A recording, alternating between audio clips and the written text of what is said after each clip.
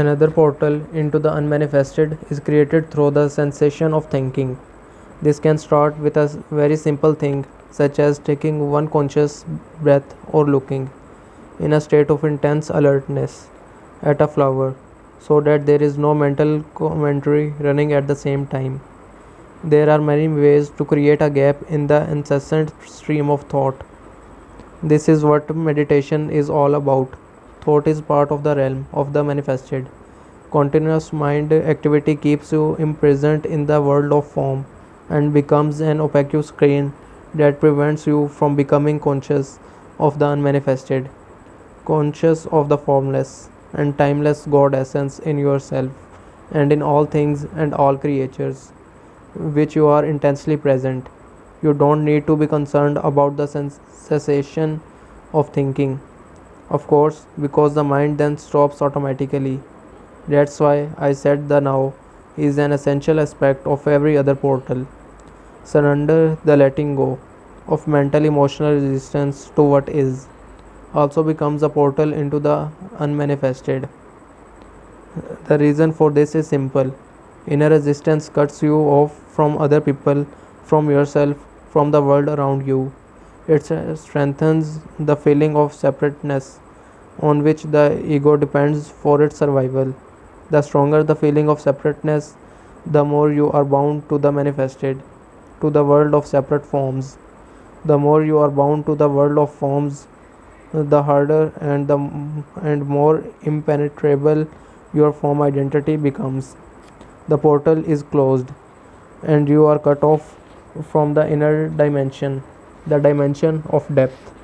In the state of surrender, your form identity softens and becomes somewhat transparent, as it were, so the unmanifested can shine through you. It's up to you to open a portal in your life that gives you conscious access to the unmanifested. Get in touch with the energy field of the inner body. Be intensely present. Disidentify from the mind. Surrender to what is. These are all portals you can use, but you only need to use one. Surely love must also be one of those portals. No, it is not. As soon as one of the portals is open, love is present in you as the feeling realization of oneness. Love is not a portal, it's what comes through the portal into this world.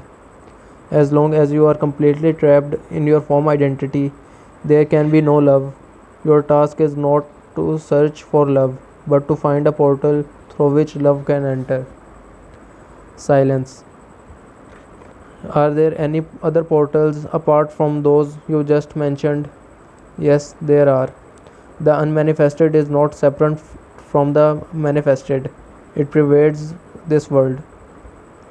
But it is so well discussed that almost everybody misses it completely. If you know where to look, you will find it everywhere. A portal opens up every moment.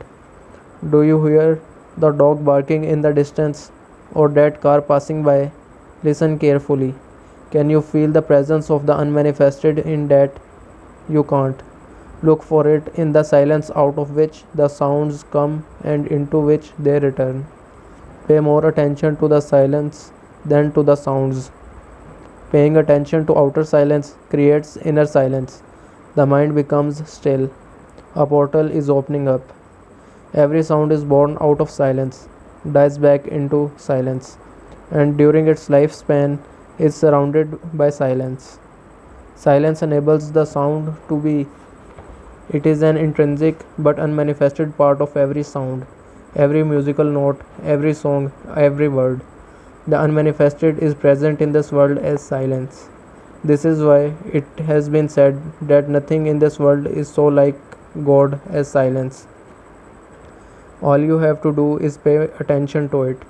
Even during a conversation, become conscious of the gaps between words, the brief silent intervals between sentences. As you do that, the dimension of stillness grows within you. You cannot pay attention to silence without simultaneously becoming still within. Silence without, stillness within. You have entered the unmanifested.